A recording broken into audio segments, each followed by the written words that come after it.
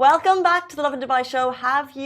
Are you having a hard time hitting the hay? Well, it's not just you. 60% of you watching right now probably are sleep deprived, according to a study. So to explain the science behind it and how you can improve your sleep patterns, we're joined by sleep specialist Jamie Moore. Welcome to the show. Thank you for having me. Bright and early, but that's probably not an issue for you, I'm guessing. No, it's okay. I was up early this morning, prepping ready for this. What time do you go to bed? On average, I'll probably go to bed at around 10:30. Okay. Yeah. And what time do you wake up? Between 6:30 and 7. Is that enough? Yeah. So what they say is 7 to 9 hours is the range that they say, with sort of 8 hours being the sweet spot in terms of getting that quality and quantity of sleep. But as you know, I think a lot of people drop below that, and hopefully today we can go through some stuff that can hopefully help them. Yes, please. We've actually asked people the number of hours that they're getting per night, so we want to get into that. But before we get there, let's learn a little bit about you. Yep. How does one become a sleep specialist? Do you sleep a lot? You know, I was actually thinking that. How much sleep is involved? How much sleep is required to become a sleep specialist? Well, it sounds a bit crazy, but I did a lot of tests on myself when even like going through my studies and stuff. Because I thought I can do all the studies and the educational stuff out there, but if I don't do it myself, I really want to experience how I can do it. And I've been someone who's always been into my training and keeping healthy and fit. So I wanted to test myself, giving myself some hours where maybe I get less than 6 hours, maintaining training that week, and just seeing how I react to it. And from a brain and body perspective, there are so many things that happen during that time. But another thing that I was fascinated with when it comes to sleep is growing up, especially my sister, shout out to Lucy, she probably won't mind me saying this, but she used to sleep talk. So my dad tells a great story where he went into her room once, like crept in to like maybe put a bag down while she was sleeping. And when he was there, she just shot up like the Undertaker, just sort of shot up out of bed. And he was like looking at her, and she just started like talking randomly, little conversations. And then all of a sudden she just dropped back down into bed. And my dad, like scared, ran out and went back out. And so like sleep talking, dreams, all these things that encompass what we do when we're actually asleep, just really got me triggered. Then the older I got, the more education I did, the more I went into it a little bit deeper. I then looked at more of the sort of how it affects the brain and the body, and long-term effects, short-term effects, and all these different things. So all this was for you, Lucy. So that's actually an interesting story. That exact same thing happened to me before, and my roommate had to tell me. I didn't realize it was a part of like your sleep patterns. We thought I was possessed. But for you, what's the one thing that you think is impacting you personally when it comes to your sleep? And how did you figure out how to like work around it? Because all of us have individual issues, right? Yeah. But how do you pinpoint what you're doing wrong as a person? I think regularity is a huge one, which is talked about a lot, but I think it's simple and so effective. And I think going to bed at around the same time, within 30 minutes, and waking up at the same time, it helps your body get into that regular rhythm, that body clock, to make sure that your body knows when it's waking up in the morning, when it's going to bed.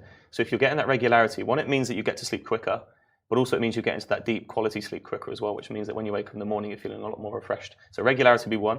Exercise would be another. I think there's so much science and studies that show the benefits of exercise when it comes to sleep. Not anything specific exercise, but a range of high intensity cardio, yoga, Pilates. I always say the more range you have with your training, the better. So the more range you have with your exercise program, the better that can enhance your sleep as well. So there would be two. There's lots more, but I think they're two that I think people can take from today and hopefully put into play. So if someone's watching right now and they said, I only slept 4 or 5 hours last night, and maybe we know a couple of people who say, I get 4 or 5 hours of sleep, is that their own doing? Is that their fault?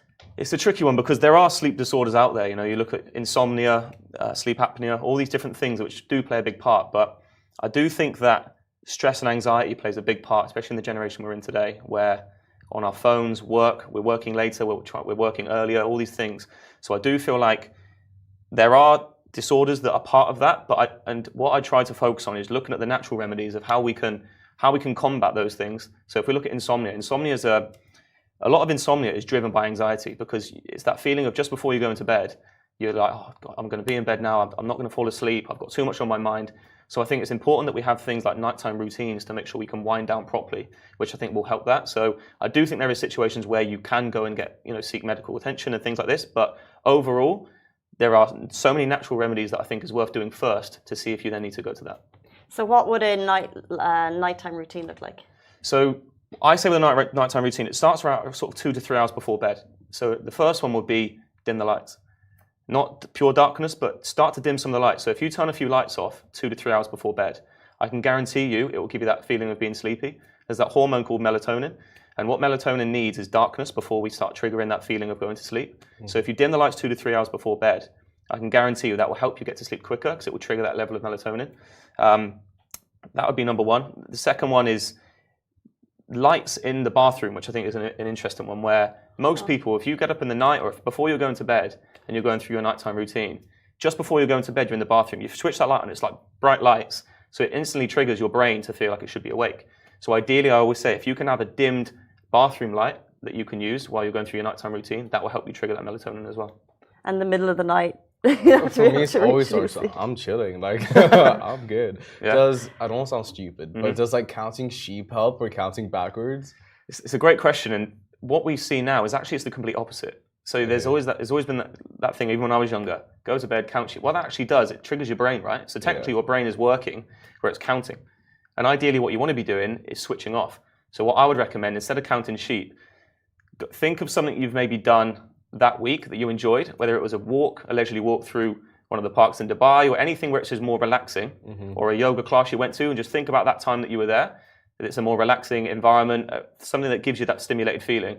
And that will help you relax a bit more, instead of doing something like counting sheep where you're thinking of numbers, when's the next sheep coming, all these things. That's so interesting, because I heard this army technique that it's 120 seconds, count backwards, and do not deviate from counting backwards, and you'll fall asleep within the 120 seconds. So you think concentrating I do this every night, you think concentrating too hard on those numbers is actually to my detriment? I think so, yeah. Personally, from what I think and what I've looked at, the more relaxed you are going to bed, and the more you can switch off. It's the same thing with like movies, right? They say before you go to bed, if you're watching like a crazy action thriller movie, and also you've got like a horror movie, for example, where your mind and your brain are so active, worrying about what's going to happen in the next scene. You go to bed and that feeling is still with you. So the more you can wind down and think about more relaxing stuff and things that you enjoy, then you feel better. Honestly, I feel like I'm doing everything wrong. I was watching Citadel yesterday and I finished it. It was an hour-long episode. So what about snoozing? Like you have like 5, 6, 7, 8 hours of sleep. Yeah. You wake up and you hit snooze button 2 or 3 times. How many times do we all hit the snooze button? I do it like 3 times. What about you? Here we go. So now I've learned now, as soon as I try now, by doing that, by being regular with it, by the time I wake up and by the time I go to sleep, your body clock naturally becomes consistent with it. So sometimes now I find when my alarm goes off, I'm waking up maybe 5-10 minutes before, which is a good sign, which means you're getting enough quality and quantity of sleep and waking up in time.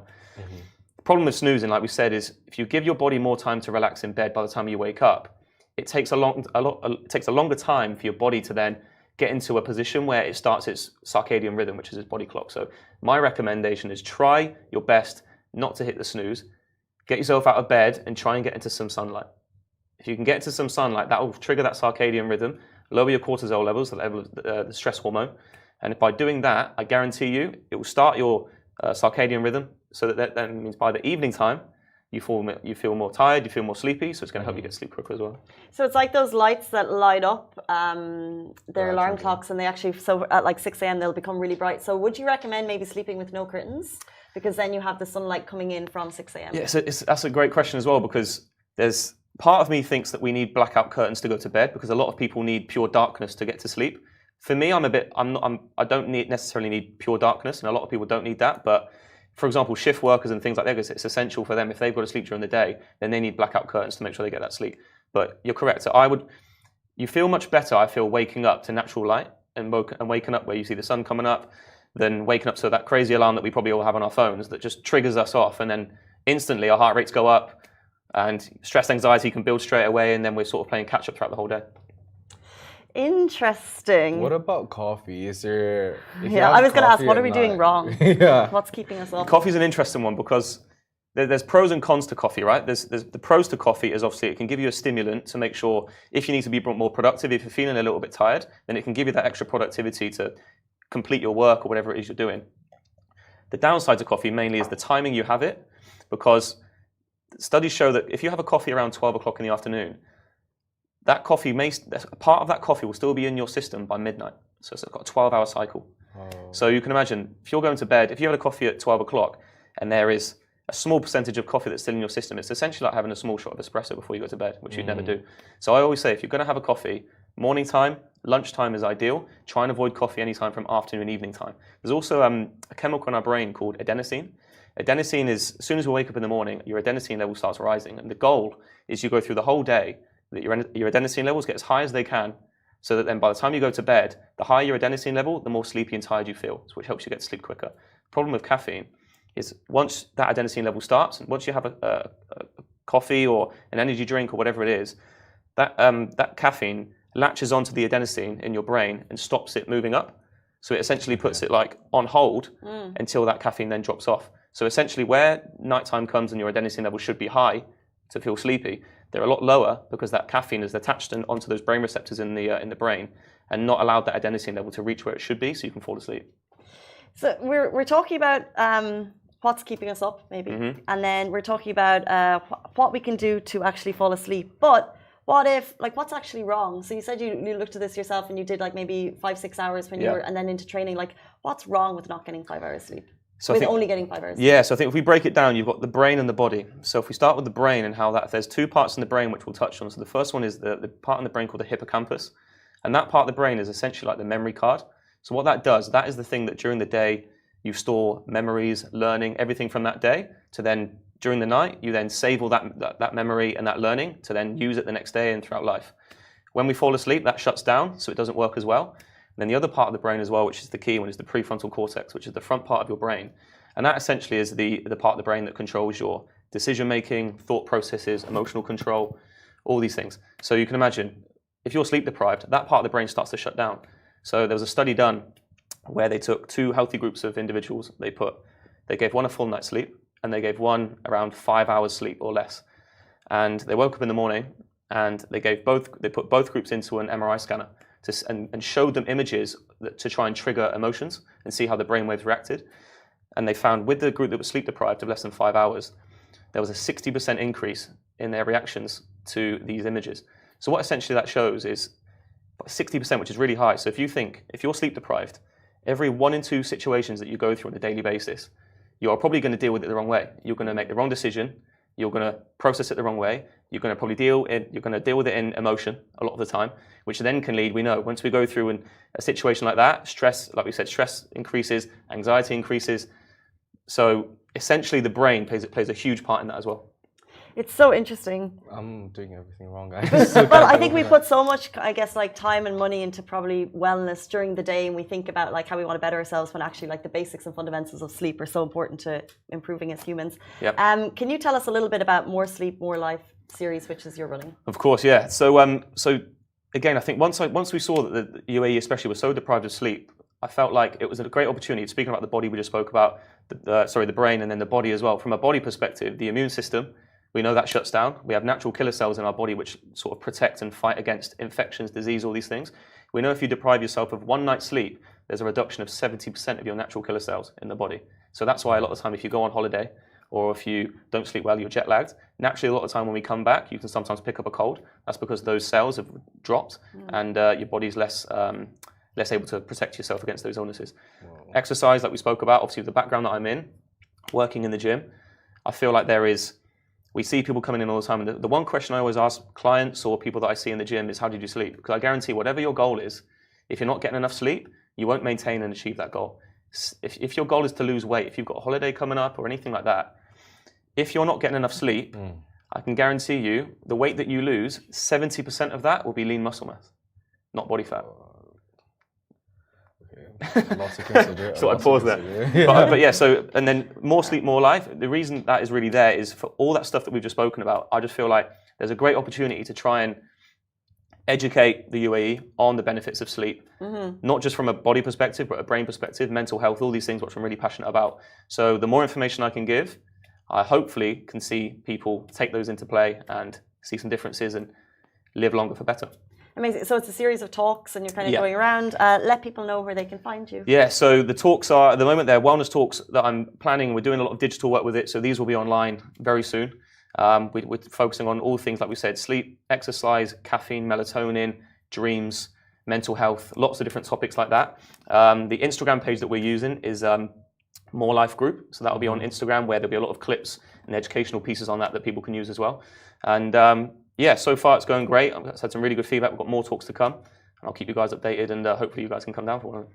Amazing. Well, massive good luck. And anyone who's only gotten 3 or 4 hours sleep, this is the man to talk to, Jamie Moore. Thank you so much for coming in and dishing out that solid advice on sleep. We've learned something. I've learned a lot. I have a lot to reconsider, and just thank you for your time.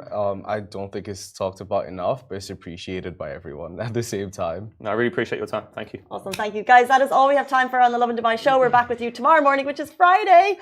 See you then. Goodbye from me. Goodbye from me.